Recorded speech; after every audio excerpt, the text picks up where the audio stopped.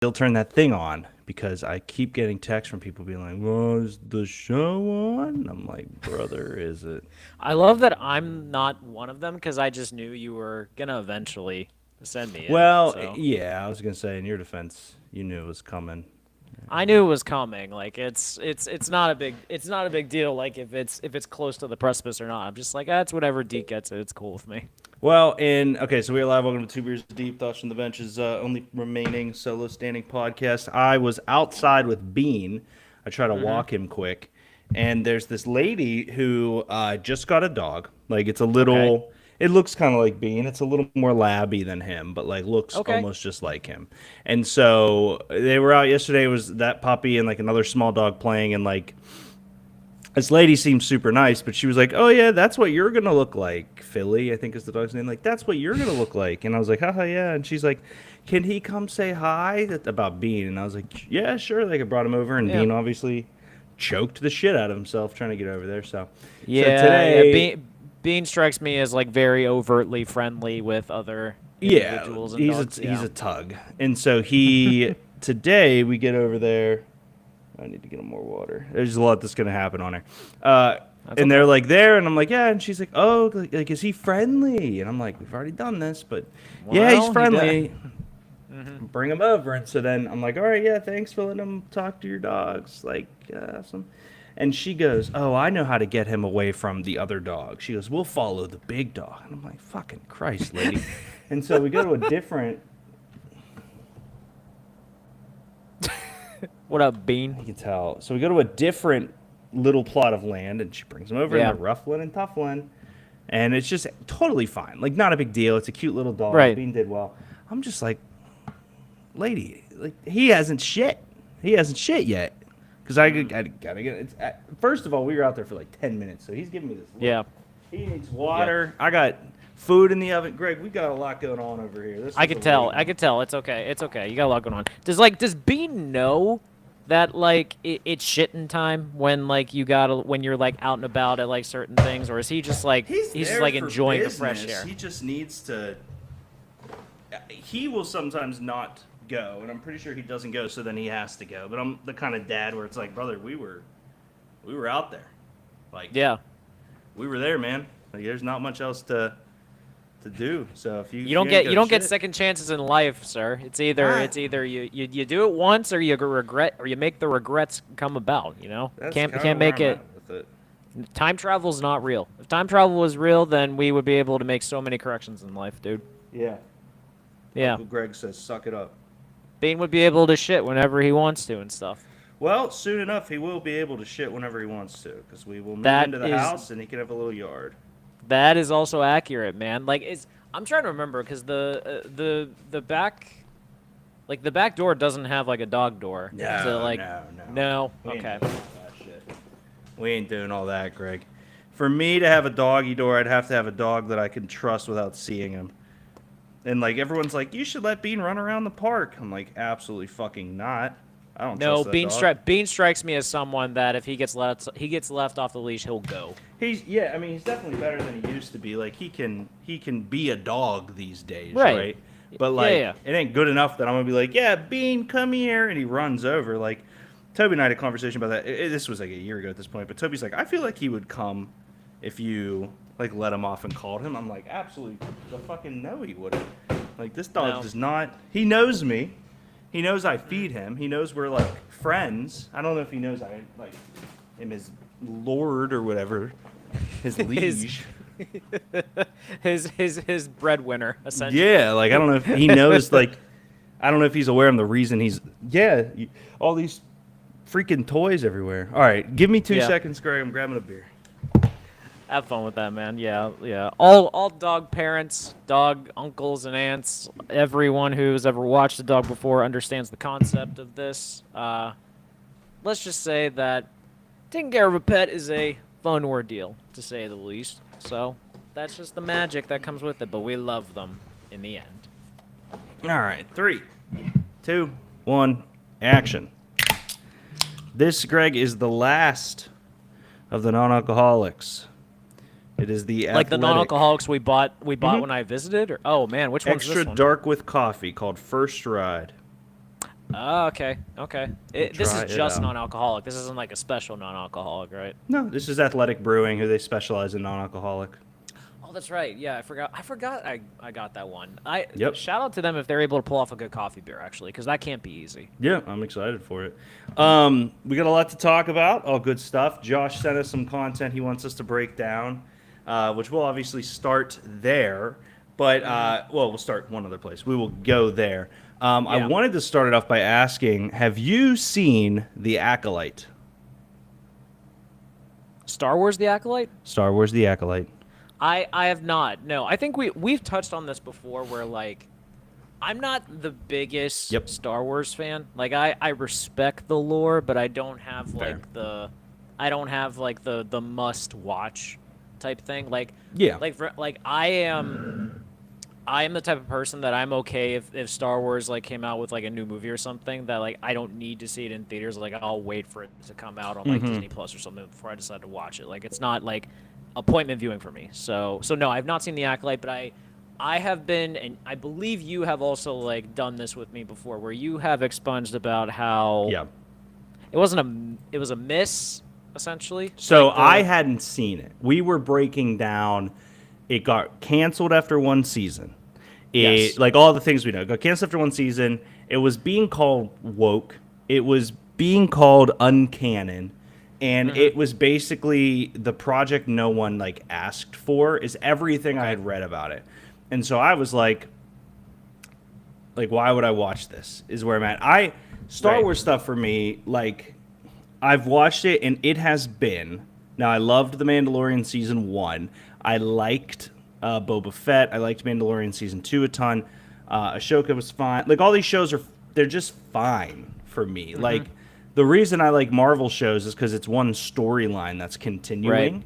And so my issue with Star Wars is it's like this is like a timepiece in this era, which also at the same time like you need it to be. There's no chronological build up in Star Wars anymore. It is here is the start, here is the end, and you can push the boundaries a little bit, but there's no like this TV show is going to lead into the next movie, which will lead in, and so that's why to position it for you, I looked up the order of Star Wars content in God. chronological order. Happy Thursday, Chad.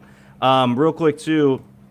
I don't know if you're making a separate channel or what you're doing, but if you don't follow Chad, Cheddar Baskins on Instagram, he's going to be publishing a little bit of golf content. Chad is a previous Thoughts from the Bench golf contributor on the website, has blogged. Actually, I did not know that was his Instagram handle, Cheddar Baskins. Okay. No, it ain't, I but know it's definitely not Cheddar Baskins, but that's what I call him. Should be Cheddar Baskins now. I think it's just Chad Pavlicek. Copyright that. Yep.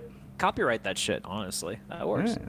So hit them par fours. A lot of likes on that, Chad. Anyway, so it is the I looked up the chronological order of how to watch Star Wars shit, and it starts with The Acolyte, like the Really? first, Okay. and I was like, oh, that's not what I expected. The first piece of content in Star Wars is The Acolyte. Okay. I was blown away by how much I liked it. So you like binged the blown whole away. series? Binged Okay, it okay. in a day. Okay. So what was the main takeaway that you got from it essentially? Like I'm curious, did you put it in the perspective of knowing that this is supposed to be the very beginning of Star Wars lore instead of like just a piece of the puzzle that like I now have to like filter through anything? Like you're taking it from the perspective of like, no, if everything about Star Wars begins with this, then this is like, this is how the story begins. I just posted. I just pressed play. Wasn't even Okay. thinking about any of that. I was like, you know what? Basically, what I was doing was while I was working, I put it on as background, and it was so good that I paused it and then started at the end of work and finished it like the next morning. Okay. I thought it was gonna be background. I thought it was gonna be fine. Like whatever. It is. You came in with like a preconceived notion because of all the like negative like reviews or like kind of like yes. anti stuff you got about it. Okay. For sure. And the coolest part about it is there's no, from what I understand, there's no such thing as Sith yet.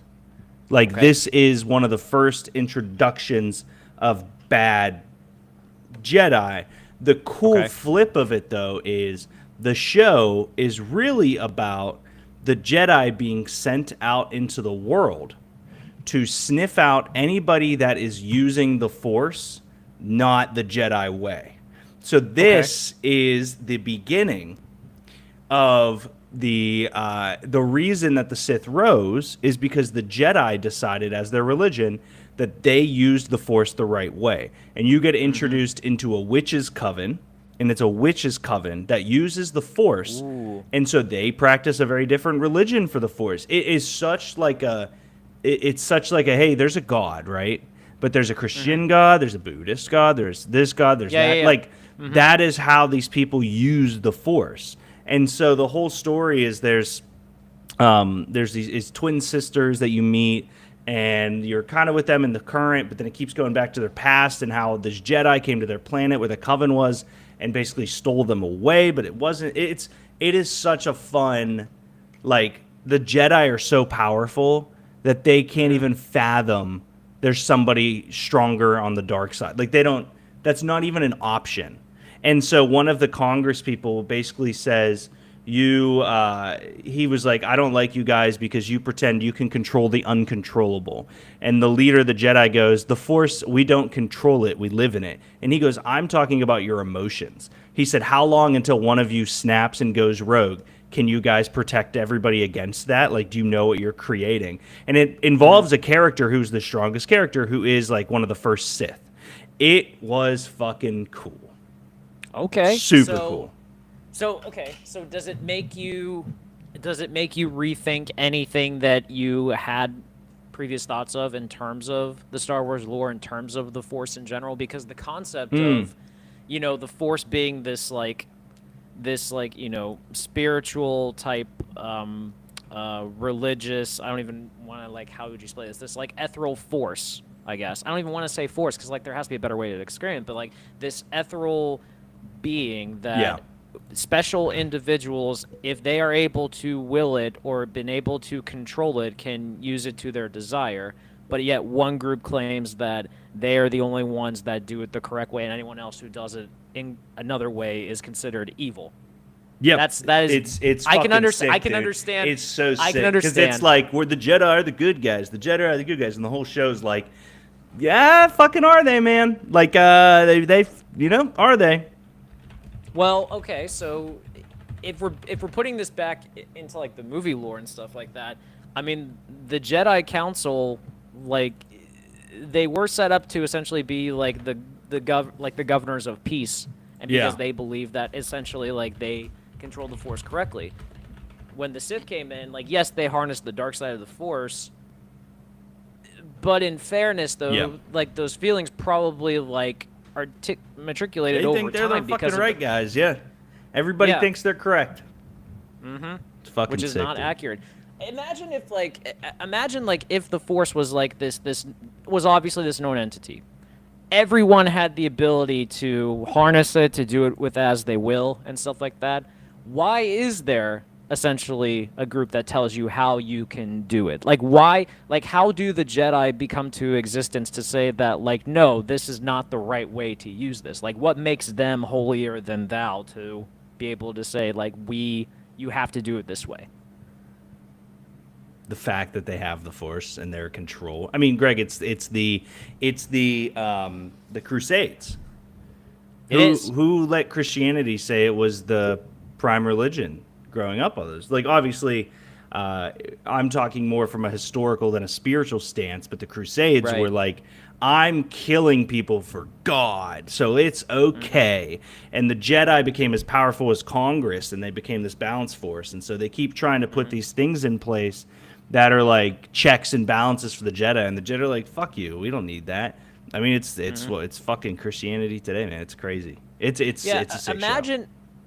Imagine if the Jedi would have been more willing to be to study how other people use the Force and into their own understandings and their own beliefs and stuff, because you would think the Jedi would use how other people manipulate it or other people use it to an understanding of how they can in turn use that knowledge to better themselves or better the world. But instead they have an elitist attitude towards a being that technically has no sides, it has no point, it just exists, and it's Yep. just whoever is able to will it and able to control it for their whim, they can, it makes you think of the Jedi as way more like elitist snobs than you think about it. I mean, obviously the Sith were very bad people, don't get me wrong here, but Maybe. the Jedi but the Jedi kind of started it when you think about it.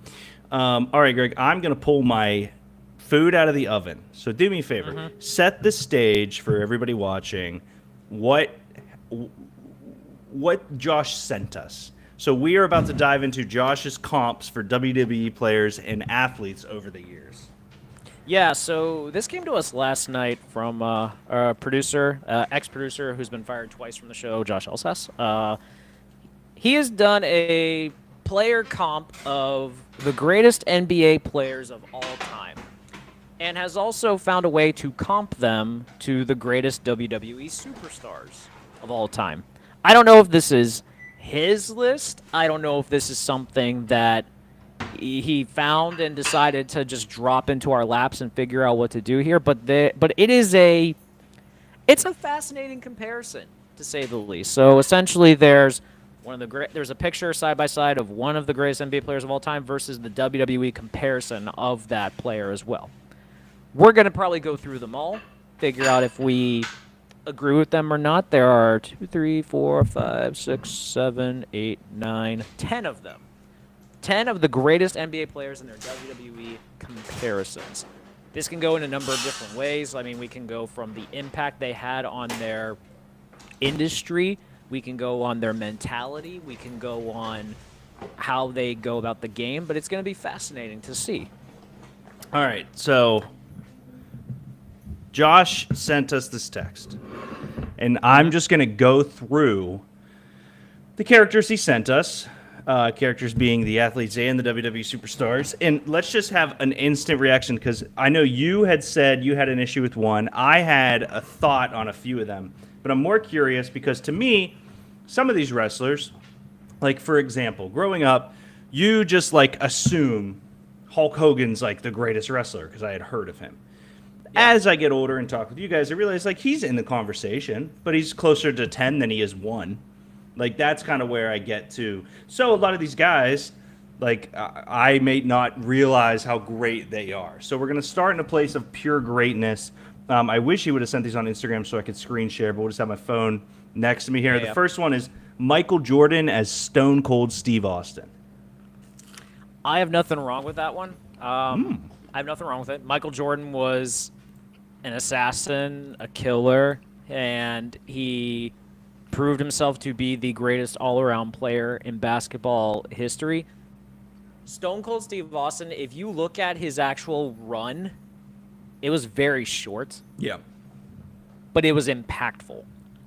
And you could argue that that short run he had made wrestling what it is, essentially.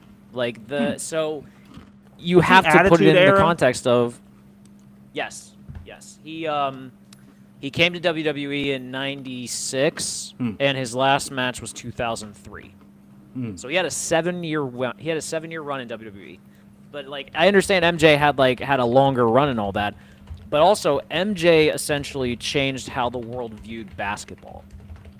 MJ was essentially like the focal point of how the game exploded into European markets and how the popularity of it grew and all that. And everyone wanted to be like Mike. He was the face of basketball, just like Austin was the face of pro wrestling for the longest time. So when you put it in that context, I think that's a good match perfectly for that one. Especially because they both rose up like at the same time too. Because it was like 96, 99 was when Austin 316 rose, and that was like Jordan's. I don't want to say that's Jordan's prime, but that's like around the time like Jordan's like popularity like was at its crescendo. Yeah, like at its peak. Yeah, I can see that. Actually, go ahead. I just thought about that. Like, was Jordan's peak the like second three-peat, or was it the first? I'd say the second. The second they had more to prove. So, I also had ChatGPT give us their answers. Stone Cold is Michael Jordan. Okay. Both are the ultimate alpha. MJ's the goat in the court. Austin redefined wrestling's mainstream popularity. They dominated their era's ruthless intensity, killer instinct. I guess where my brain goes is I don't think of Stone Cold Steve Austin as the greatest wrestler ever. And that's, Okay. again, just like me. I didn't grow up with it. I really got back into it in high school. Yeah. Seeing this made me go, oh, he is. Like, because I think he's the coolest, maybe. But I was like, that's an interesting comp. I like the era. I like the dominance. I like the change the game thing. And I like that, like, Stone Cold will come back, but he's not, like, a part of wrestling. And MJ's coming back to be a consultant, I believe, for inside the NBA or something like Yeah. that. I saw that announcement and I just kind of it reminded me of when like Wayne Gretzky got brought in to do like TBS and TNT for the NHL, and it's like, okay, I mean he has his moments and stuff, but like just because like you're Yeah. the greatest of all time, does that mean you're going to be a great analyst? Dan Orlovsky No. seems to be a pretty good analyst. And he was not the best. What's the rule is that those that can't do teach? Yes. Kind of the same thing. Those who can't do explain. The next one we got here, this one, again, I found them all interesting, but I'm going to keep saying I found this one interesting. Kobe Bryant as Dwayne The Rock Johnson. This one I was kind of I was trying to like put this in like tough context because The Rock was clearly the number 2 when Austin was around. Rock also had his great moments when he was the guy, just like Kobe did. But I also am like kind of what's struggling with me on this one is that The Rock is also the first wrestler that well, I don't want to say first one because that's kind of that's a bit poor taste. But like he's the first successful bridge Yeah. into like Hollywood. I don't and, think that's a like- poor taste because I understand what you're saying. There are Andre the Giant, Hulk Hogan. yeah. There's a couple guys that have made it, but none of them have made it to where they are almost known more for their movies. Yeah, so that's where I'm like that's where I'm not sure on the background because like Kobe has like the Mamba mentality, like he was a killer on the court, and like people truly aspire to be like Kobe Bryant, like that's a real thing. You don't see too many guys aspire to be like MJ. Now, That by sounds guys, do strange. you mean basketball players and WWE? Yeah, basketball Okay. players. Gotcha. Like it feels like the modern. Like, am I wrong for thinking that the modern era of NBA players like aspire to be like Kobe Bryant versus Michael Jordan? It feels like It's like that. closer. They want to be Kobe more than Jordan. Nowadays, I see a lot of guys wanting to be some like different names. There's a lot of people with respect, but if you ask players who they want to be like, it's more Kobe than Jordan. Yes. Yeah, and I think where I can appreciate this like comparison is the hustle aspect of it because of how much The Rock did to be able to not just be like known as a wrestler, but to also like make his name in Hollywood Yeah. and to be like to the level of star that he is, to the point now where I've heard his next movie he's getting Oscar recommendations for. So Looks that's great. gonna be good for him, and so yeah, it does look great. I'm very excited to see it. But like Kobe's kind of like in that same boat too, where like the Mamba mentality was a very real thing. Like he had that instinct to be able to, and he led it, and not just his on-court practices, but off-court as well. Is how he was like growing his like own business after the fact. So I think it's a strange comparison to me, but it kind of works when you think about it. Yeah. Yeah, I think when I first saw this, it made sense because to me, Kobe is my GOAT, and I understand he's not necessarily the GOAT. And I think The Rock's in that conversation where, like, The Rock, the wrestler, is probably not as widely known as The Rock, the actor. But to your point, Kobe goes on to be a writer. Kobe goes on to write screenplays and commercials and books and stuff and win Emmys. And so it's like, I can see it a lot there. And I think that for me, it made the most sense because I don't think anybody goes, The Rock's instantly the GOAT. No. But you're like, dude, it's like up against anybody. I'm not picking someone over him to win. So like I could be like, yeah, it's Jordan or it's LeBron. But I'm like, I'm taking Kobe one-on-one. I'm taking Kobe on a team. Like, that's kind of where I'm at with it. So agreed there. Yeah. This one I have no frame of reference for. Larry Bird and Bret the Hitman Hart. This one was interesting. Mm-hmm. So like if you look at it from the Larry Bird side of it, like, Bird was in like one of the greatest dynasties of the modern era before the Bulls, obviously. Like, he was on that incredible 80s run with the Celtics and stuff. He won how many MVPs? 3, 4, I think, at the time? Three MVPs? So, like, and dude was a scoring champ. Like, no one could outwork him and stuff like that. And the outworking and the work ethic type part, I can see the Bret Hart side of it, because Bret Hart is the excellence of execution. He's the best there is, the best there was, the best there ever will be. Like, Bret Hart stabilized wrestling during a time when it was on the downswing, and I think that's where I make the connection with Bird, because Bird came in. I think Bird came in like right before Magic, if I remember correctly. Okay. Or like around kind of the same time, and like so the 80s. Bird got taken first, and they went back to college and was still the first overall pick for the Celtics. Okay. So they came in around this. They came in around the same time. Exactly Okay. the same.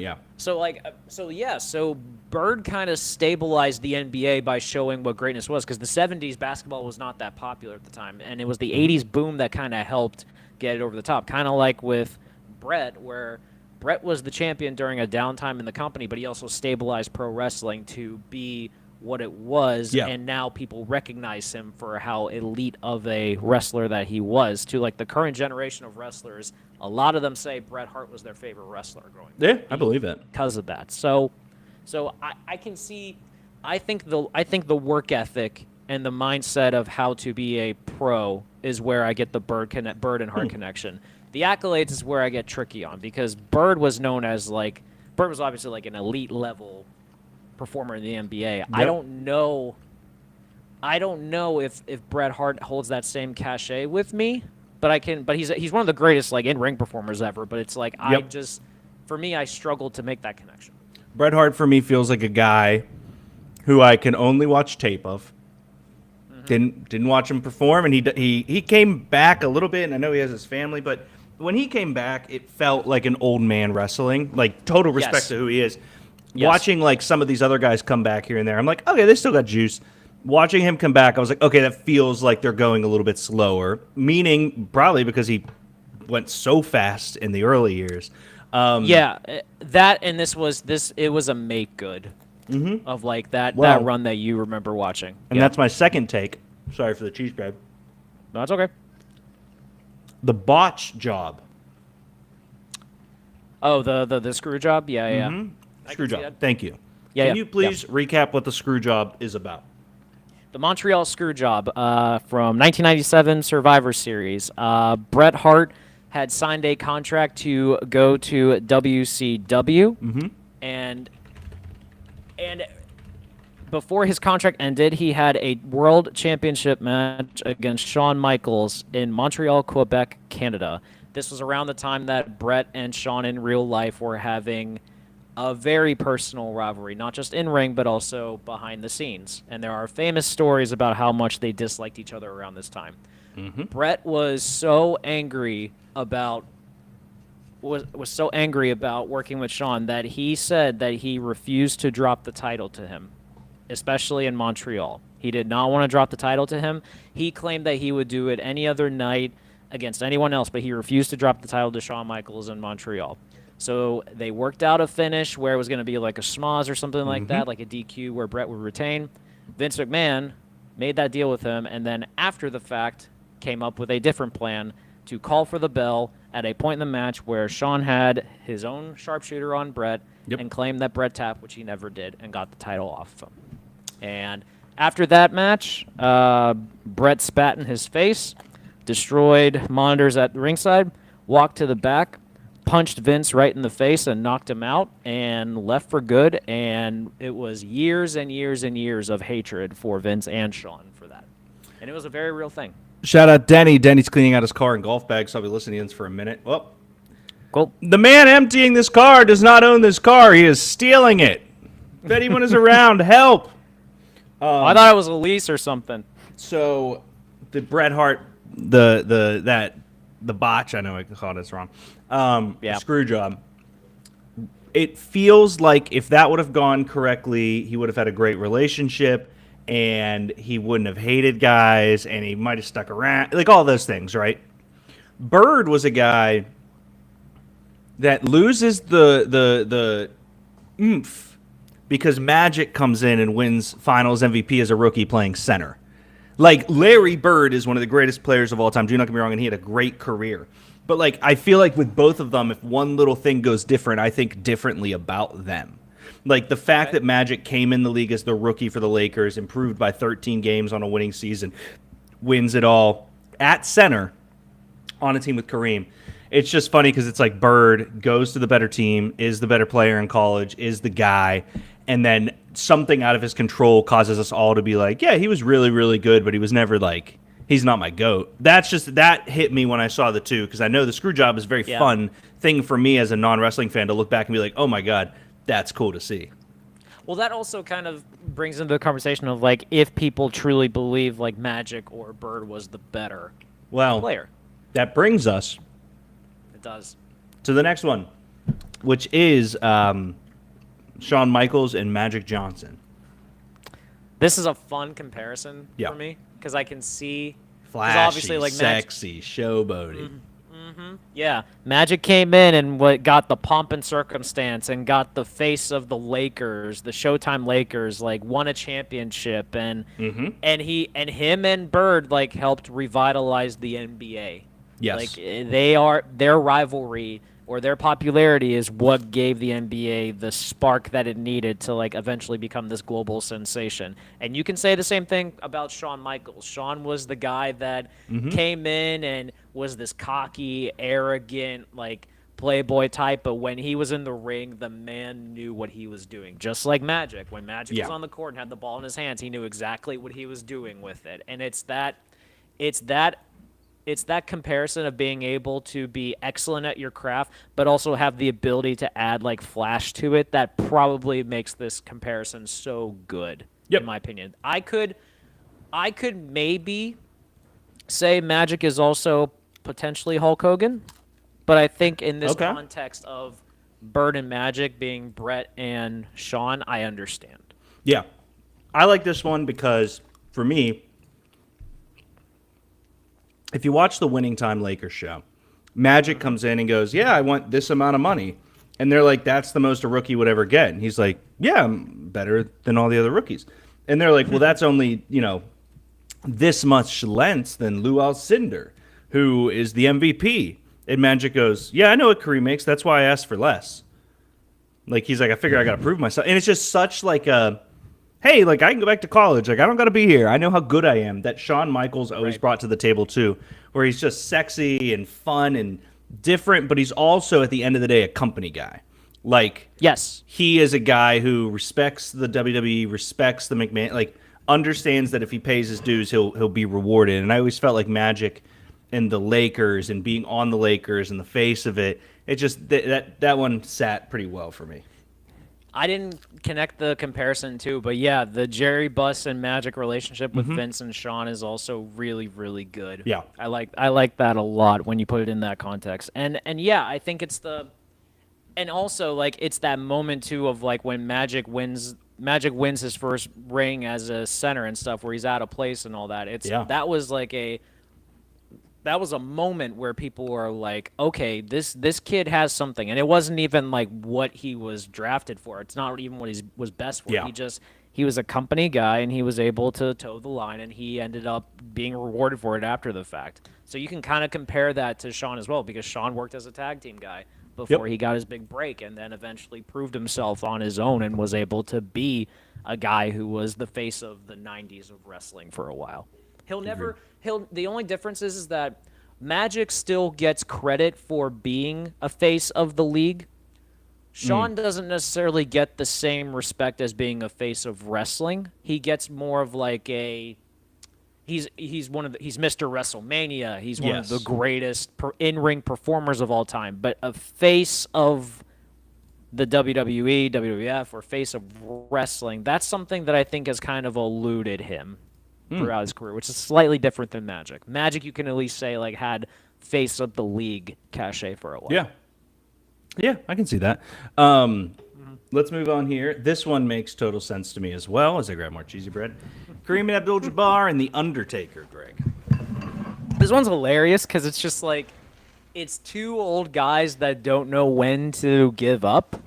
And I don't want to make that as a knock on Kareem or anything, but like if you watch the Lakers versus Celtics rivalry, like Kareem got made fun of for being this old guy that couldn't work anymore. His back was hurting him, his knees were bothering him, but the skyhook was still a thing, so he was still dangerous, still was able to come around and stuff, just like Undertaker. Undertaker was getting older, but he was always someone that Vince relied upon in the end to be able to give on a performance, and when that gong hits, it's iconic. So I think, and also like, and you can make the argument too that like Taker is one of the greatest gimmicks of all time, just like Kareem's skyhook is one of the greatest shots of all time. So I like this comparison a lot because of their ageless wonder tag, that they just kept going no matter what, even though like I agree. Even though they may have been past their prime, way past their prime at some point, you knew that like they could still put on a show when needed. They so they both are widely considered at what they do the best. Like not the greatest, but like Kareem Abdul-Jabbar, they're like, oh, that's the best center unless you're talking about like a different type of center. The Undertaker is, I think, one of the most iconic things the WWE's ever produced. And I think really where they hit home for me is the fact that Kareem he was nothing more than a guy that played basketball. Like, sure, he was very prominent in the racial scene back then, switching his name from Lewis Center to Kareem Abdul-Jabbar. But when it comes to Magic being like, smiley, face of the league, look, I'm in LA, Kareem wanted no part of that.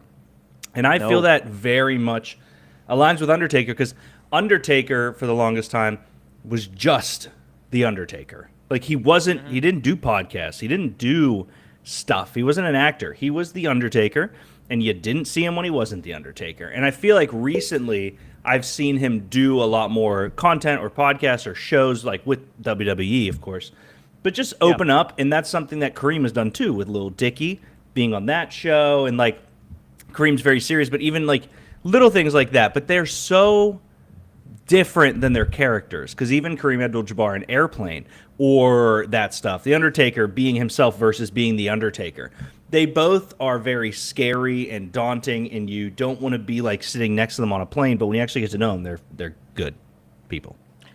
I that's another part of it that I didn't think into account here, that like Kareem is very much like, he was a serious player off the court and all that and was unstoppable, but like when you got to know him, like he was such a philosophical individual and all that. Like he was very worldly, kind of like seeing Undertaker like on Instagram and being like completely different than the character is kind of weird, but you also kind of respect it because it's like he had to live that gimmick for so long that like now he can just kind of be himself and people still see him in the eyes of like still being this larger than life character is still something to put it on the lines of like, we respect what you did, you can be yourself. And that's, I think that's nice. That's a rewarding thing for especially wrestlers who had gimmicks and that was their only thing for a while. Yeah, I agree with that. Next one we got. This one I think we'll talk about a lot. It is LeBron James and John Cena. I think this is the best one. Okay.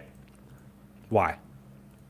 Because LeBron will always be in the shadow of the greatest of all time, which is Michael Jordan. Yep. Always. But LeBron is probably, from a physical perspective, the greatest athlete to ever play in the NBA, simply for the fact he's into his 40s right now, and he's still putting up insane numbers. The man takes care of his body. Man takes care of his body like no other. Not just that, but also his ability to take that hype that he built and was given to him and transcend it to not just being one of the best players of all time, but being one of the biggest moguls of all time from what he was able to do. Just like John. John came into wrestling when it was kind of on the downturn, and he was the face of that company for so long. He was loyal to that company. He made millions from that company, and he was able to parlay it into a successful career that he has now as an actor. He's not at Rock's level yet, but you can't deny that when you watch Cena in some films and TV shows that he's not good. The man puts so much effort into his work, and he puts so much effort into what he does on camera and off camera. That's why I respected so much with LeBron in this case, because they're both in the mind of like they'll never be considered the greatest in their craft, Yeah. but they've done so much in that time frame, in a very long time frame. The longevity is key right there. That it's always going to be remembered by every Yeah. generation coming forward for that. So that's why I think this is a great comparison to me. I love it for a couple reasons. The biggest one is I do. You have something with the fact that probably John Cena and probably LeBron James, when it's all said and done, have statistically the resume to prove they are the greatest of all time. And Yeah. you'll always get people who say this, that, this, that. They are both in a way chasing ghosts. The other thing that I really like about this is, for me, John Cena's original persona is the Cleveland Cavaliers. It was set up for failure. He did everything he could to make that work, and nothing was hitting. And what happens is he's able to control his destiny. He's in the back of the bus freestyling. LeBron James is able to choose what team he goes to, and they both saw an opportunity, and then used that opportunity to catapult who they were. It wasn't, John's not still Thugonomics, right?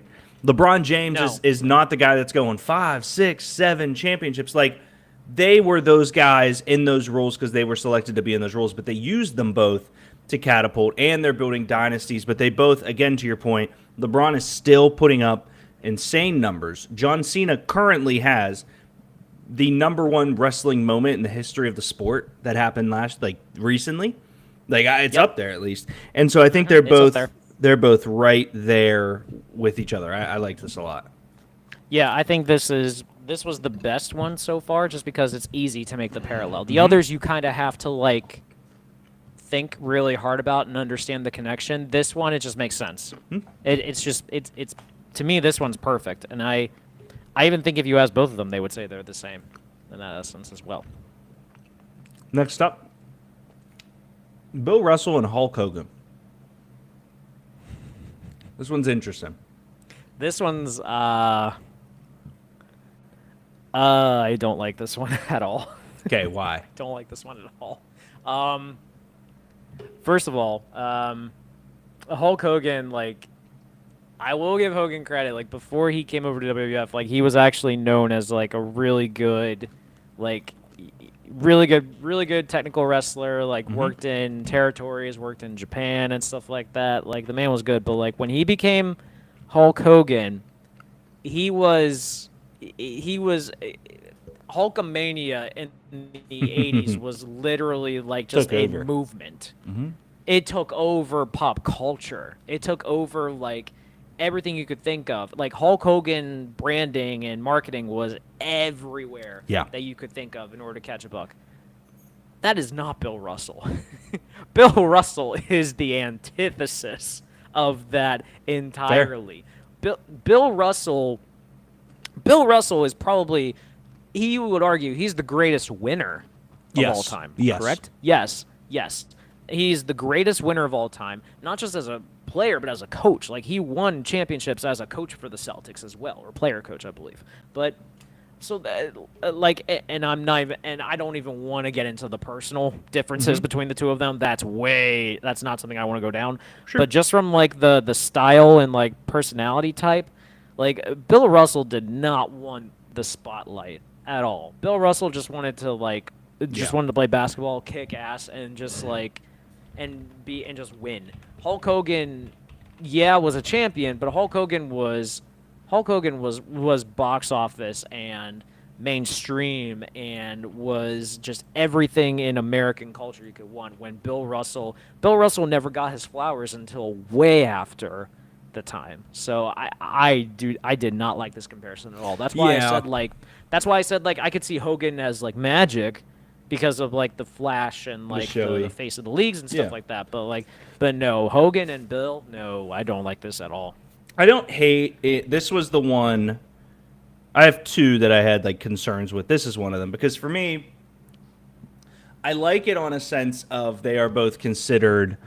Like, here's the thing: if we polled 20 kids born from the year 2000 on, so they'd be 25 right now, and we made them all do an all-time draft, Bill Russell might not get taken. Like, we are at the point where Bill Russell, like the NBA winning now. I think the reason that I always go, oh, Bill Russell's great, but is because you're back in part of the league that had like 6 teams, and if you won the NBA championship, you got the first overall pick. So the best teams were just staying the best teams. And so that reminded me of Hulk, where no matter what he was doing and where he was going, he was put with people to be the best. Was it Evolution? What was his? Oh, no, you're talking about Ric Flair. Ric Flair was Evolution. What was Hulk Hogan's? He had Hollywood Hogan. I guess he didn't have a group, huh? Oh, the NWO? NWO. Okay, cool. Thank you. Shit, Ric Flair might be good for you. Not no showboating, but the only thing I did like about it is with Bill, there is, and like again, it sucks because if you could take the human out of Hulk Hogan, there's a large respect for a lost craft with Bill Russell, like a very simple time, and I think Hulk. There's a lot of respect for Hulk being the guy of the era. But that was pretty much where it drew for me because Bill Russell is not flashy, and that is all Hulk Hogan is. Bill Russell is not controversial, and that's all Hulk Hogan is. You know what's funny? And if you take the flash away from Hulk Hogan, because like there's great video. I've like I think I've talked about this with Ryan Thompson before a few times. There's video of like Hulk Hogan like working in Japan, like kind of like in his in between years between WWF and WCW, where like you watch him in the ring, he's really, really good. Yeah. At like just knowing how to like how to work in a ring and like working with guys who are stiff and being able to just and he's not doing any of like the normal like Hulk Hogan like getting crushed or like having to power up and stuff like that. He's literally just like having a good match. Yeah. And that's not something that like you're accustomed to. So you forget how good Hogan is in the ring because he had the Hulkamania like pomp and circumstance behind him, and he just was box office. He was just flash, and he wasn't asked to do any of that stuff. So it's like he does have the skills. He just was never asked to do it because he had that giant marketing push behind him that he just didn't need to do it. But still, that part I can understand because they're both extremely good at what they do. It's just Hulk Hogan was personality wise and like just like Americana and branding and all that was just like way past like anything Bill Russell like was ever used to or would be accustomed to at all. Yep, you can see that. This is the other one that I kind of had an issue with. Ooh, okay. That's not the one that I was expecting you to say. Okay, well we can. We'll get to it. I like the last two a lot. Okay. This is it Kurt Angle and Tim Duncan? Yes, it is. Here's why I like it, and here's why I don't like it. I enjoy it because Tim Duncan is the big fundamental-ish, like steps, and Kurt is a like wrestler. Josh Davis will like take it to his grave that Tim Duncan's one of the top 5 players of all time. So. Yeah.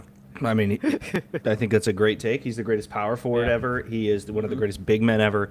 I just don't see Kurt Angle in that light. I don't see Kurt Angle as the best at anything that he's ever done. I love it for he was a wrestler, and so the fundamentals are there, and it's like he knew exactly how to wrestle, and like that might be why he's good. For me, as a nonchalant wrestling fan, I just don't. I can't tell you a single if he's top 5 or if he's top 200. Now, I know his name. I know he was good. I just know nothing about him as a wrestler other than that fundamental thing. So that's why, for me, like, Tim Duncan and Undertaker almost would have been really good. Tim and Kareem have a very similar vibe. And so that's my only thing was I was like, I don't know enough about Kurt to like this one. So I love this one. Okay. The reason I love this one is because so you missed kind of like the time frame when Kurt Angle like was like going was going hard. Like so Kurt's run in WWE like early on was very.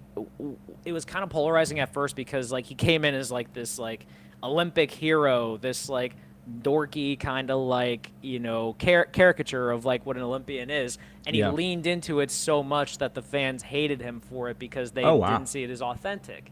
Like but it's so good because like he came up with like the like because he leaned into it more and was like, I am clearly superior than you should love me. Oh, and that's stuff. cool. But the thing about it is like Kurt Angle, when he was wrestling, no one could touch him. Like he was so good in the ring.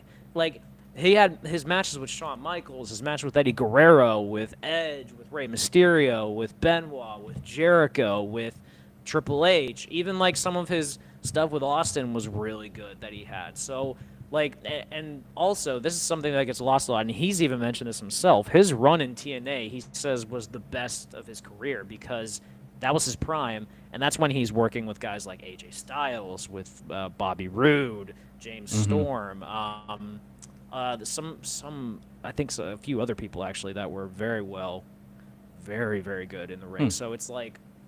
So, like, Kurt Angle, like, if you watch him in the ring, and then what's also unique about him, he has underrated charisma. Because, like, because he's even talked about this before, like, he had to learn to not take himself too seriously. Yeah. And, like, that led to some of, like, the funniest shit that you will ever see because of the fact that he was okay with being a goofball. But yet, when it was time for the bell to ring, the man outworked everyone. Well, see, then like, I disagree with Tim Duncan is nothing close to a goofball. Perhaps. He isn't. What do you mean? But if you look at just on the court and in the ring, that's where the comparison meets because Tim did everything correctly. Tim did everything so well, and he was so smart in the ring, and he was able to make people around him better to the point that that's why they went on that run with the Spurs. I don't want to say that I don't know what Tim Duncan's like off the court, so I don't know if he has charisma. I don't know. Oh, that's a cop-out. You know he's boring as fuck. He's done interviews. He's done everything. He disappeared. He's Popovich, but a player. That's probably why Pop loved him so much. Right. I mean, he's brother. He is as boring vanilla as it goes. Now he got like dreads now. He's coaching, but that's true. I saw the picture of like him, Wemby, and someone else, and I saw Tim Duncan having dreads, and that threw me off so bad. But then I remembered he's technically from the Virgin Islands, so like I'm not surprised that he has like a little bit of that in him. But like I think from the ring perspective and like the court perspective, I think that's a great comparison. But also, Kurt knew how to be a goofball when he had to be a goofball, but he also knew that like when he wanted to be the badass like wrestling machine and stuff like that and be serious, he also pulled that off very well. Sure. So like that's probably why I can see it. That's also probably why the picture of Kurt Angle that Josh put in this one is actually like, as some of us would call it, perk angle. Which is like the angle that's like the badass wrestling machine that like just wants to like stretch you and wants to like make you cry. That's that. The early angle is like the one where he's like okay with being a goofball, but also like still being a badass in the ring. Yeah. Next one we got. I love this one. Kevin Durant and my favorite wrestler of all time, Randall Keith Orton. This is the one you need to sell me on because I was not cool. I didn't get this one. So here's where my head goes. People in today's game, like players, a lot of them's favorite player is Kevin Durant. Kevin Durant is arguably... He is the greatest scorer. He's one of the greatest international players. He is always going to put on a show. He is a missing piece of every team, quote unquote, he's been to. And yet he is going to absolutely miss out on being in the GOAT conversations for two reasons. One, because he only was ever really to get over the hump because of who he was working with or what was going on.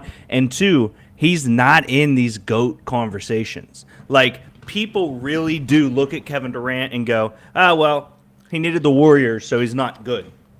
I love RKO.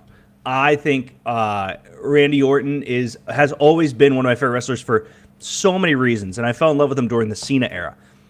If you are a legend killer, it's almost impossible to be a legend. That's how I feel about these two. I think Kevin Durant is 7 foot and a shooting guard, and RKO, in my opinion, is one of the greatest finishers ever. But if you are a legend killer and Kevin Durant is some version of a team killer, OKC, the Nets, to Phoenix, to where else was he at before that? He was somewhere else too, right?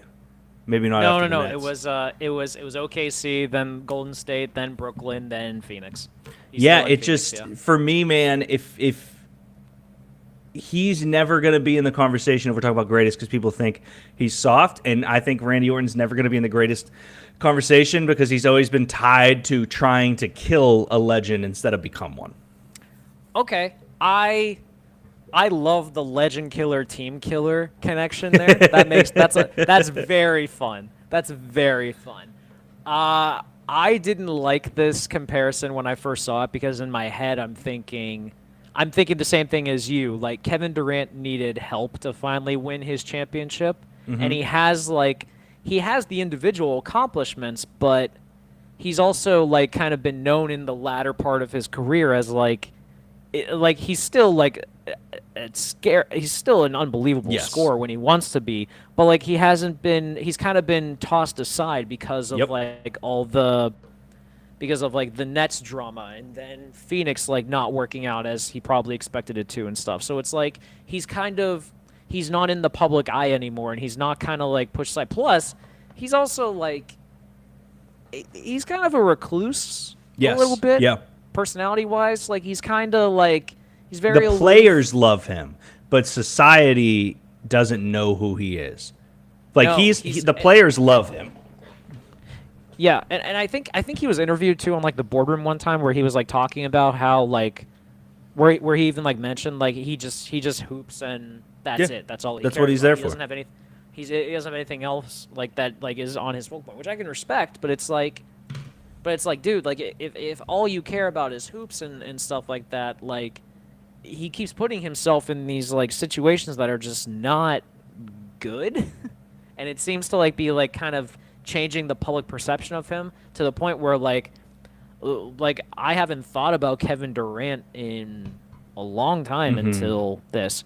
Randy Orton, I don't have that same idea of. Like I know Randy is going to be one of the greatest champions of all time. I know the Legend Killer is the thing. Yeah. He still has longevity too because he said he can probably do another 5 more years, and the man's in his late 40s.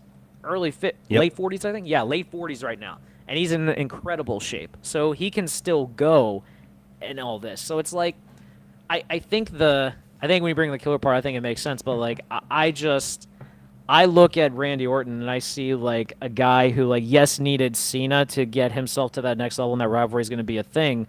But Randy Orton also has those accomplishments as well that like when it was needed, the company could rely on him to be a face and be someone to kind of make things like steady. Kevin Durant has never necessarily been someone to be relied upon. I would agree with that, and I would agree the fact that he was joining. How did Evolution become a thing? Oh, it was Triple H and Ric Flair wanting to bring 2 younger individuals up into the upper echelon and make them the next big thing, Randy Orton and Batista. So, like, if Steph, Clay, and Dre and Steve Kerr had a really good thing going on, and then there was a guy out there that they're like, he's pretty good, and then he brought him on, and they were like the best thing ever. Yes, but also Kevin Durant won an MVP before that. Like Randy never won anything before he got to Evolution. It would be like, it's like the equivalent of being drafted, playing like 3 seasons, doing nothing, and then going to a contender and actually contributing. Well, I would argue that winning an MVP and no titles in OKC was a big miss. Let's get to this last one here. I love this one. Wilt Chamberlain and Andre the Giant. Love it. Mythical figures. Yes. That stretch like that like kind of go above and beyond, not just in terms of like wrestling and basketball, but just also like I think culture in general and stuff. Like as a wrestling fan, as a diehard wrestling fan, like the stories I've heard about Andre the Giant just being like some of the crazy shit that he did, like just because of the fact that he was a giant and having to be able to work around that and stuff is mind-boggling to me. And What's just like Wilt. What's more possible? Wilt Chamberlain scoring 100 points or Andre the Giant drinking 119 beers? Because they both feel so fake, but They so feel possible, fake. but so fake. They feel fake. There's no video evidence Nope. of either of them, but Wilt also played in a time where, again, there were bad teams that were. It wasn't a thing, and he was probably the tallest guy on the court, and also Yep. Andre. Have you ever seen a can of beer in his hand? No, Like, it's the man. tiny. It's a shot glass. Yeah, it's a shot glass. So they both feel mythical, but they both also feel like they've definitely happened before. Yeah.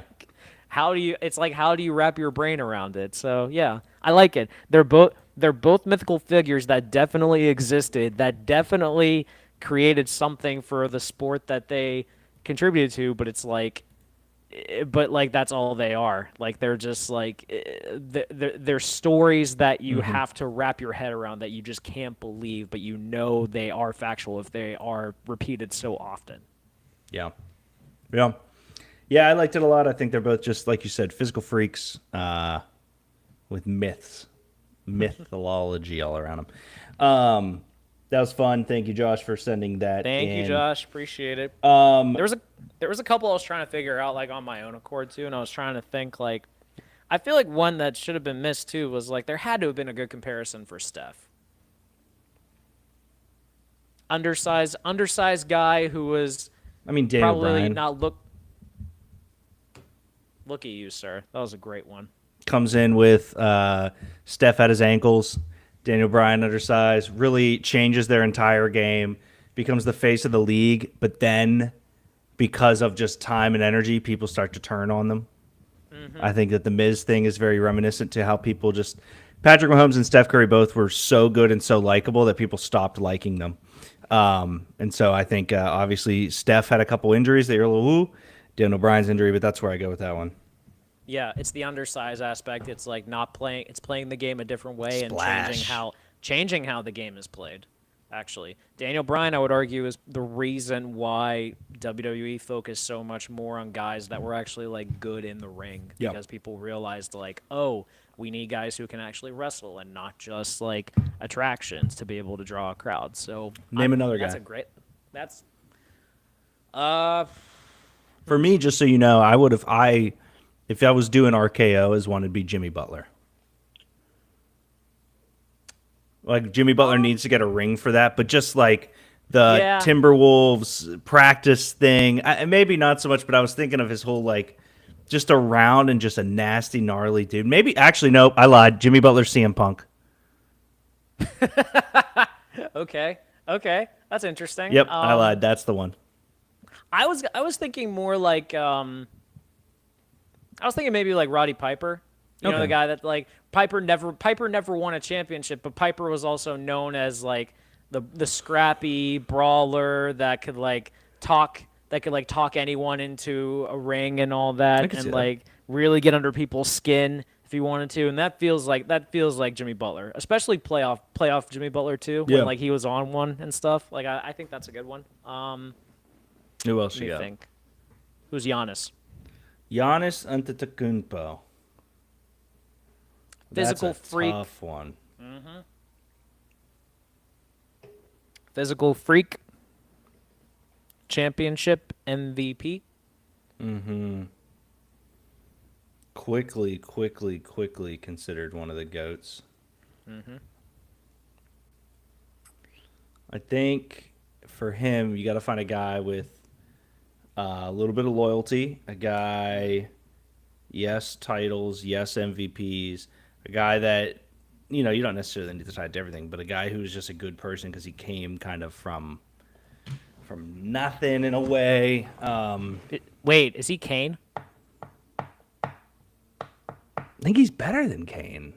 He's a better basketball player than Kane is a wrestler. I agree, but Kane had longevity. Kane had titles. Like Kane was loyal. Like that's I think that's kind of up there, you know? Maybe like ChatGPT says Brock Lesnar.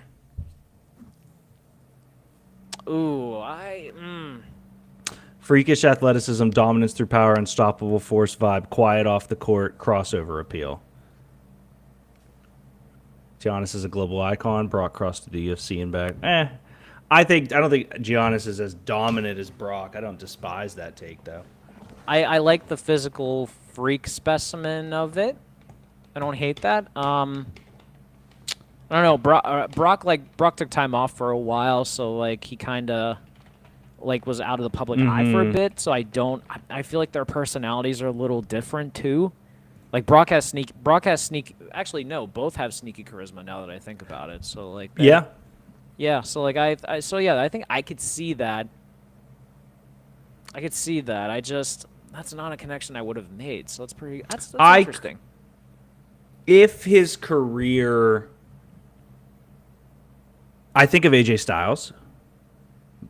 Okay. Reason being, came in quickly. The second he was there, he was thrust into title matches. He obviously was not foreign born, but overseas for a while. Was the guy. Giannis became the guy in the NBA. But like, just the ability to, once you hit that point, you don't miss a second. Like you're because AJ Styles for me was the quickest. Like, oh, these other leagues must, or these other factions, wrestling organizations, whatever it is, they must be good. Because him and Shinsuke Nakamura came in at the same time, and I was like, oh, they're like really good at this, and they're not in the WWE. Giannis to me, it was like, oh, foreign people are fucking good at this. Not a perfect one, but actually, my AJ Styles comp for that would be Dr. J. Do tell. Because Julius Erving started his career with the New York Nets when they were in the ABA. He didn't become to the national spotlight until he got moved. Until the Nets went to the NBA, and then I've told you the story about how the Nets and the Knicks had apparently like an issue with each other of being being two teams in New York. That the Knicks forced the Nets to pay essentially like an additional fee on top of their expansion fee in order to actually play in New York. And in order to get that money, they had to sell Dr. J to the Sixers in order to be able to continue on as a franchise. So because of them coming into the league, Dr. J was able to come into the NBA, and then he was looked at as this unbelievable character that revolutionized dunking and became this like charismatic individual that people wanted to emulate after the fact. Like he wasn't necessarily showboating like Magic, but he had the charisma that I think players and teams gravitated towards to want, and it was revolutionary to that degree. So I think that's where the connection is for me on that one. Yeah, I could see that. I'm going down the list of the greatest wrestlers, just looking for some other names on here as well. Macho Man Randy Savage is a guy on this list. Oh, that's a good one for basketball. Let's see. Maybe Isaiah Thomas? I don't know much about Macho Man. Okay, so Macho Man came over to WWE in 85, 86, was thrusted into the Intercontinental Championship, proved his own for about a year there, held the title, was a heel because he had Miss Elizabeth and all that, and then he worked his ass off like every day and every night to build credibility with the audience before Hogan was going to go off to do his movie, that he was given the keys to the kingdom and essentially told like, hey, you are the face of our company that's this cool. year. Kind of like Isaiah Thomas and the Pistons were the face of the league between the Showtime Lakers-Celtic rivalry and the Bulls. I like that. Yeah. I think that's a cool one. The Rock, we talked him. We did Shawn Michaels. You did Roddy Piper, Hulk. Kurt's 11 on this list, so there we go. Ooh, Rey Mysterio.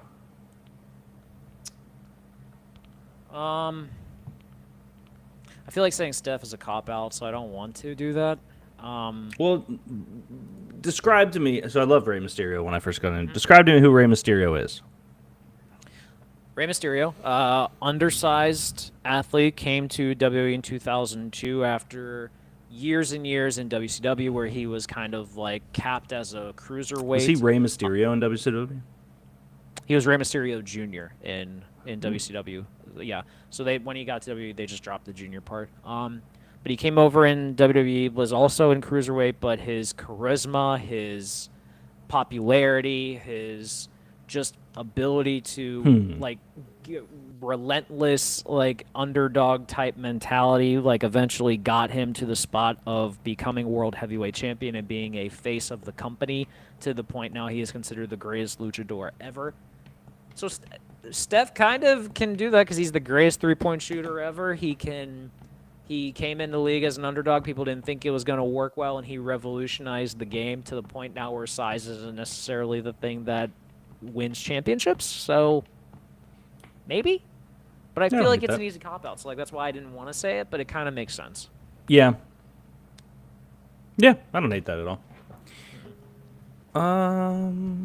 What about Roman Reigns? Tell me who Roman Reigns is. God.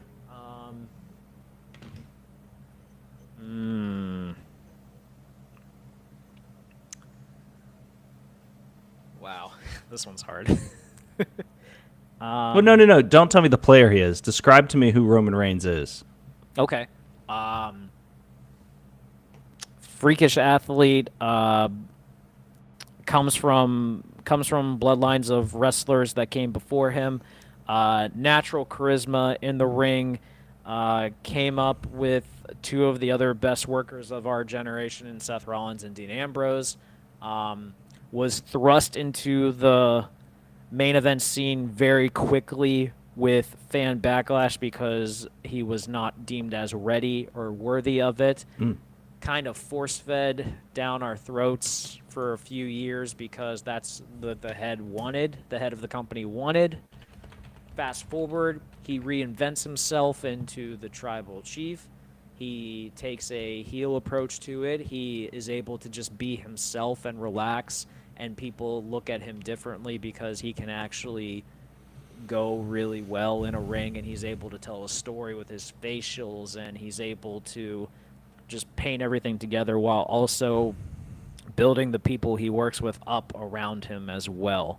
So he's a winner. He's one of the longest reigning champions of our generation, so he's probably one of the most popular wrestlers right now, top 5 at least. So it's...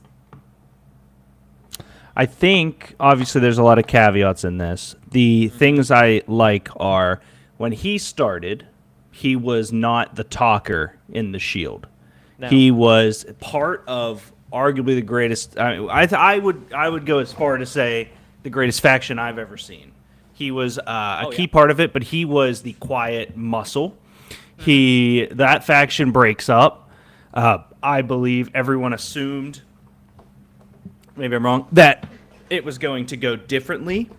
Like Seth or Dean were going to be the guy, and then the league starts to push this person in a time when other people expected other people to be the face.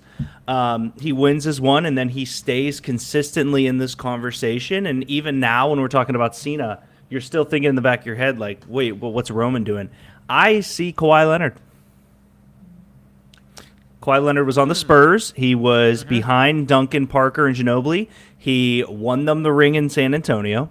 As that faction breaks up, everyone expects him to stay in San Antonio and re-sign. Doesn't want to do that. Goes out, gets a one-year deal with the Raptors at a time when that was Joel Embiid's ring to win.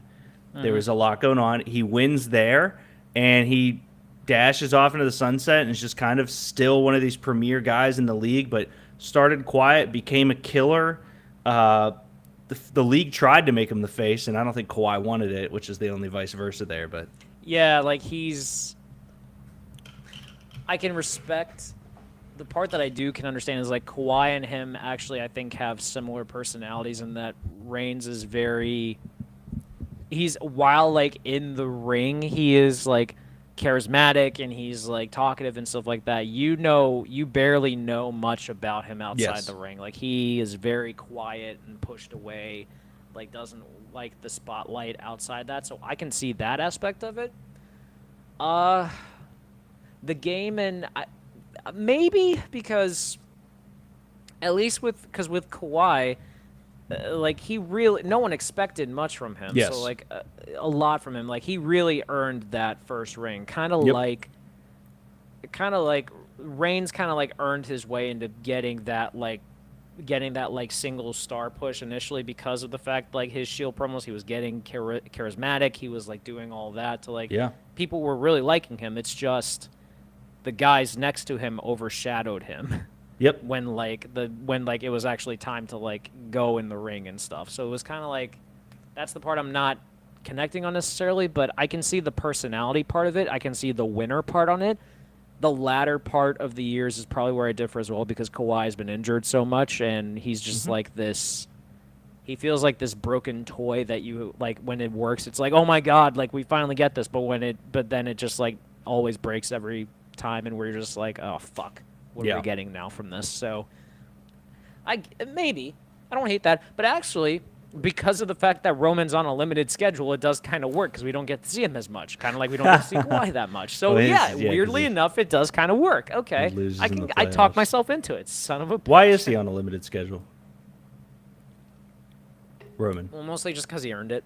Okay. It's kind of like that's like a lot of guys like Orton was on a limited schedule for a bit because Yeah. he worked his ass off so much that like now he can kind of not do what he wants necessarily, but like he realistically doesn't have to work all the time if he doesn't want to. Like he's not an attraction necessarily, but when you put so much work in and stuff and like the results are proven that like you can bring in money and bring merch Yep. over, it's like you can negotiate like a lighter schedule if you want for yourself.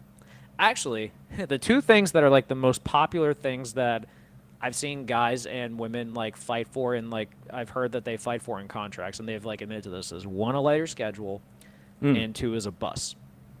A bus? Buses are very, very popular to get in those contracts. Get out. Yeah, Like your 'cause, own bus? like your own bus. Yes. That's cool. Yeah, because think about it, like, especially not so much now because like I don't think they do as many live events, but most wrestlers like they have to travel like on their own between cities, like they have to pay for hotels and stuff like that and all that they want. But if you have a bus, you have all the amenities right there Yep. with you and stuff. You can drive to the arena, park and set up and all that. Don't have to worry about a hotel. Don't have to worry about like carpooling with people Yep. and stuff like that and paying your way. But it's a real thing. Like guys and girls negotiate that in their contract to get a bus to be able to do that and stuff. And there's a lot of them that have it. Like I know Cody has one, AJ has one, No, Orton get has out. one, Gunther just got one. I'm trying to think who else has a bus. That I'm That's aware of. interesting. I know Becky has one. There's a couple others too, but I can't remember off the top of my head. But yeah, like they negotiate in their contracts to like get buses and stuff for them. What if you... Can you have a bus if it's not in your contract? Like, let's say a very successful... like, let's say an NBA superstar... Like, LeBron James makes the full-time transition over. It never happened, but... Can he just he can just get his own bus, right? There's not a rule that you have to travel a certain way without a bus. He could, but I think it's the principle of the matter of like getting the company that pays your bills that pays your contract to say on top of this, I want a bus, and they just buy you a bus with like all the amenities possible that you don't have to worry. I about. never knew that was such a thing. Oh yeah, there's a fun video of like the Barclays Center has like this thing where to get into the arena they have like a bus elevator to like bring their like when people rolling in stuff like they take the bus like goes into this parking structure and then it just takes the bus all the way down to like the subterranean level where like they do their parking and stuff like that, and it's specifically for cars and buses. The amount of buses that go there just for like wrestler buses is kind of insane. Because the amount of people that work the shows too, I'm sure they need a bus and shit. Yeah. I don't know how many on the roster currently have buses, but there are a lot of them that, like, if you make like a certain amount of money and like you get like to that certain threshold of like the $1 million downside guarantee and stuff like that, most guys and girls are asking for buses in their contract. Good for them. Real thing, yeah. Let's do one more. Who's another wrestler that needs a comp? Oh, what about? Oh, go I was for it. gonna, I was gonna ask, like, do you have one for Joel Embiid? Um, Finn Balor. Wow. Okay, I need to hear this one. Go ahead. Go ahead. How They were is supposed Finn to be Balor? the guy. They were supposed to be the guy, and now they're doing fuck all random storyline shit, and it sucks. And they were supposed to be the guy. They were supposed to be the guy, Greg. Finn Balor, the fucking beast. Like, is that what it's called? Oh, the demon. Bro, Yeah. the demon was supposed to be the thing. And he kept getting hurt and kept getting hurt. And now he's like Dom's third henchman. Yeah. Joel Embiid. He was supposed to be the answer to the process. Mm-hmm. And now he's just a guy. And the process continues. They were supposed to be the guys. Yeah, Obviously, that's okay. more of a dig than a real comp, but It is kind of a dig. It's funny, but it's kind of a dig. dude, I thought Finn at Finn was least- going to be the greatest thing ever. Finn at least still has longevity for the record. If you can stay so- healthy. yeah, that's true. He's been healthy for a few years now, so like he's I been, thought he he's was been pretty just. good. Now you're making me Google shit. No, he was in a tag run with Priest for like a while. Yeah, and you're stuff. right. Yeah, so like he hasn't been hurt for a good bit. But he got hurt, and that's what made He got him not hurt the at guy. you know what it was? Here what it was. He got hurt at an inopportune time. Yes. That's a good way to word Actually, it. At the end. based on that opportune time. comparison, he's Paul George. Yeah.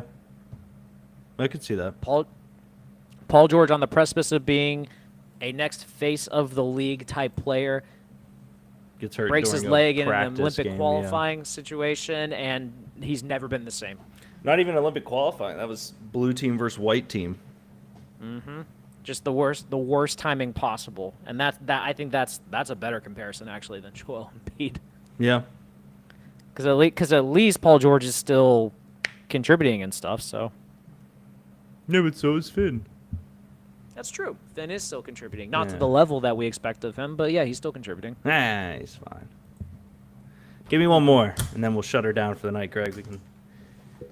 I'm trying to think. Oh, this is the one I had. What about Bray Wyatt? Oh God. And obviously, the dying part is like a massive. It does not need to be somebody that passed away. We don't have to bring that up. No. Wow. Just Oh my God. creativity on 10. Amazing wrestler. People were obsessed with him. Like, Oh God, this is a good one. yeah, I don't know if I have one on top of my head. I just know that I want to talk about Bray Well, Wyatt. who would you consider as one of the more unique players in NBA history?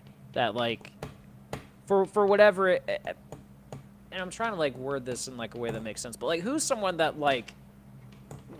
kind of was against the norm, kind of like went against the how you were supposed to play the game? I don't want to like. Steph's not a No, I'd say AI is up there in terms of like AI's fun. AI's. AI's a fun one. He's a solo guy. Obviously, he was on a bunch of good teams, but like was always the guy.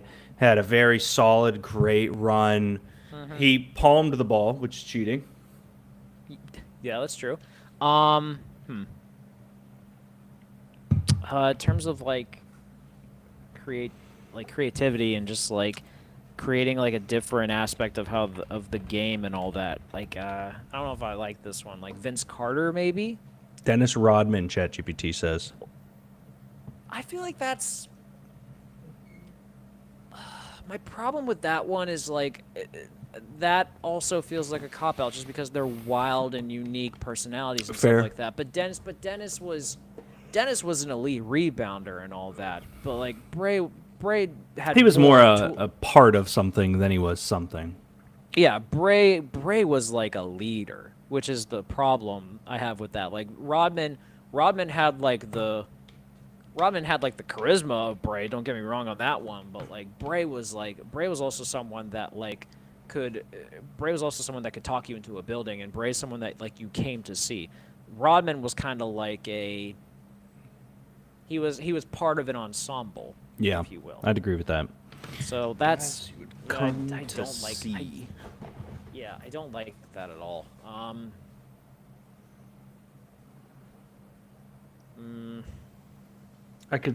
He's not different. I mean, in a conglomerate of guys, super creative, was What about amazing. Dame? Yeah, okay, I like Dame. I was going towards Carmelo Anthony. I was thinking Carmelo Anthony too, but like, it kind of like goes back to the thing with what made me hesitant about Dame is that they weren't winners. You know, Fair, Like, at least fair. Bray won. That's a fair point. I think Melo's not bad. Melo fizzled out after the Knicks. So like, but I at least like there was a time where Melo was one of the greatest, Yeah, like in the league at that time. So I can respect that. I think Dame. I think the way I lean towards Dame is because I lean towards the charisma. I lean towards the killer mentality. I lean towards the ability to be someone that teams want to see, or like people want to see. And he also Yeah. like, and he led his team to at least a Western Conference Finals. So at least there's that you could work with. But yeah, I don't know. I don't hate that. I'd have to think hard about that one now that I think about it. yeah. All right, Greg, let's shut it down about a half hour. I got some work to finish up, and we can jump. But that was a fun convo. Thank you, Josh. That Thank you, Josh. we'll have to do some more of that type of shit while we kill some time in between sports. But yeah, we'll be back next week. At that point, we'll have a more defined NBA and NHL bracket come in here. Yeah, we'll and see how have it breaks we'll have conference finals in both leagues coming up, so that'll be fun. yeah. I'm telling you, man, I can't wait to see a Pacers Oklahoma City Thunder NBA Finals, and everyone's gonna hate it so much. I would love love it to be Knicks, OKC, I think, but Okay. I'm happy with everybody that's looking like it's going to be there because I don't think it's going to be Nuggets. So I'm happy with the teams that it looks like it could be. Yeah, I think based on how, at least in the NBA, how the conference finals are shaping up, I think a Thunder T-Wolves West Final is going to be a lot of fun. Yep. I'm curious. I don't know. I'm not putting money on I wouldn't put money on the Celtics coming back No. to win. Not without Tatum. No, but a Knicks Pacers conference final feels so like nostalgic, and I love that. There's no team in the NBA because even if you look at the seeding, like the Rockets at 2, the Cavs at 1, there's no team in the NBA right now that you're like, ugh, they're there again. Because even the Nuggets feel fresh. They do. I'm with you. Like every team right now feels kind of fresh, and even if the Celtics like do make that comeback and get far, like it feels there's like a great story behind that because they don't have Tatum. So there's a real like anything can happen type situation in the NBA right now, and I'm all excited for it. And I would love to see Tyrese Halliburton in the Garden, like That'd in be a cool. conference finals series situation right now. be That cool. would be so much fun. It'd be cool. We'll talk more about that next week, guys. We will see you then. Bye, guys. Cool.